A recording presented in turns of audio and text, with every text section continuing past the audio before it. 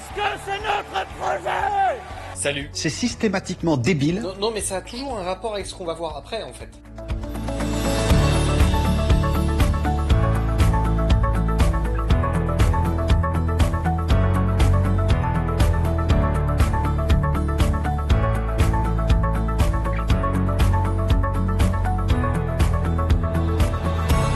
Le philosophe que nous allons aborder fait partie des plus grands penseurs de son siècle. Tu dis cela à chaque fois. Non, mais là je te parle d'Anaxagore.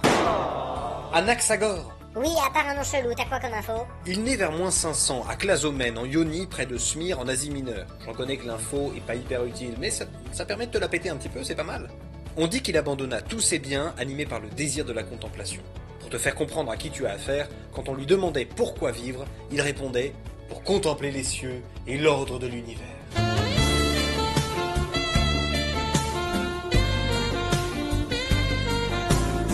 Anaxagore a donné des cours à Athènes pendant près d'une trentaine d'années à partir de 450 avant Jésus-Christ. Il a été le premier philosophe à s'établir à Athènes, et il eut comme élèves Périclès et Euripide.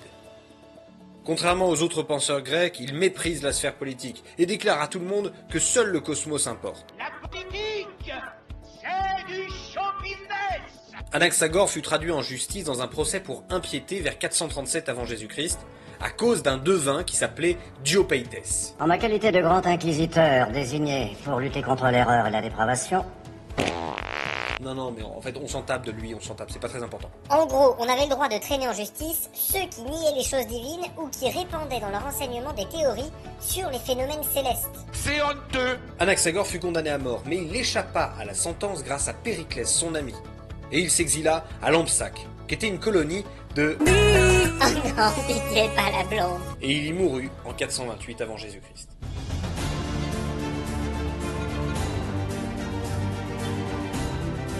Anaxagore est un scientifique qui veut donner une explication rationnelle aux phénomènes naturels. J'ai un cursus qui fait rêver à peu près n'importe qui.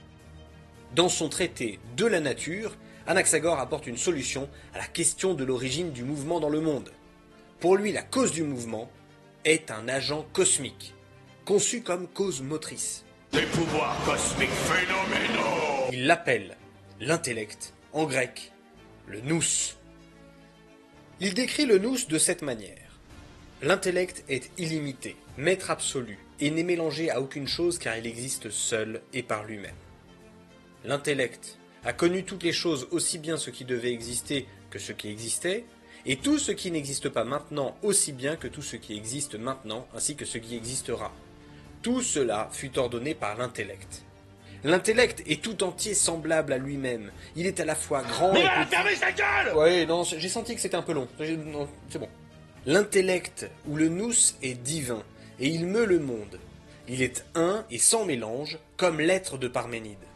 Omniscient et omnipotent. Le nous d'Anaxagore reste matériel. C'est un corps simple, extrêmement subtil, un petit peu comme de l'air ou de l'énergie. L'énergie. Il possède en effet le pouvoir d'imprimer à l'univers un mouvement de rotation. Cela entraîne l'apparition de nombreuses qualités différentes. Humide, sec, chaud, froid, brillant, obscur, etc. Qui sont mélangées dans la matière primordiale qui entoure le cosmos. Ce qu'Anaxagore appelle le tout ensemble. Oh les champions, on est tous ensemble.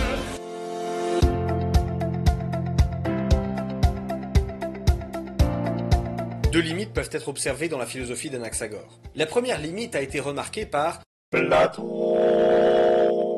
le nous d'Anaxagore ne donne que la chiquenote primordiale et enclenche ainsi le mouvement. L'organisation se réalise d'elle-même. L'intelligence ou le nous n'ordonne rien, mais n'est qu'une cause mécanique. Donc ça ne sert à rien de dire que c'est une intelligence. Elle pourrait très bien être simplement une énergie qui pousse le cosmos, de manière non rationnelle. En gros, le nous peut très bien être un gros débile qui pousse des atomes. Ça s'appelle Groot. La deuxième critique est donnée par un autre auteur que vous commencez un petit peu à connaître. Aristote. Oh.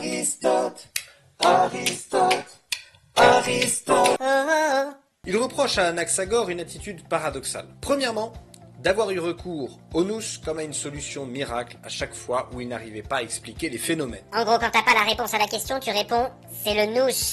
Pourquoi le monde existe? C'est le nous, pourquoi la terre est ronde? c'est le nous, c'est le nous. Pourquoi les moustiques? C'est le nous, pourquoi Michel Onfray?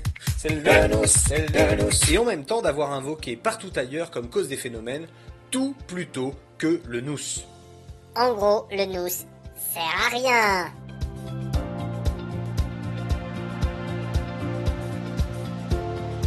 Le système de pensée d'Anaxagore est complexe autant que riche, bien qu'admettant des limites. Il est l'aboutissement de la pensée présocratique, rassemblant Thalès aussi bien que Parménide, Empédocle et Pythagore autour d'une notion, la causalité motrice universelle. La prochaine fois, nous verrons... Bon, tu commences à comprendre que tu le sauras pas à la fin des vidéos, donc vous faites pas genre. Je vous remercie infiniment d'avoir regardé cette vidéo. Comme vous le voyez, j'essaie d'améliorer ce type de format. N'hésitez pas à me dire dans les commentaires ce que vous en avez pensé. N'hésitez pas aussi à partager cette vidéo et à vous abonner si ce n'est pas déjà fait. A très bientôt pour une nouvelle vidéo. Tu peux t'abonner et rejoindre le ghetto. Tu peux commenter l'ensemble des vidéos. Tu peux partager à ceux qui aiment la philo. Oh, oh.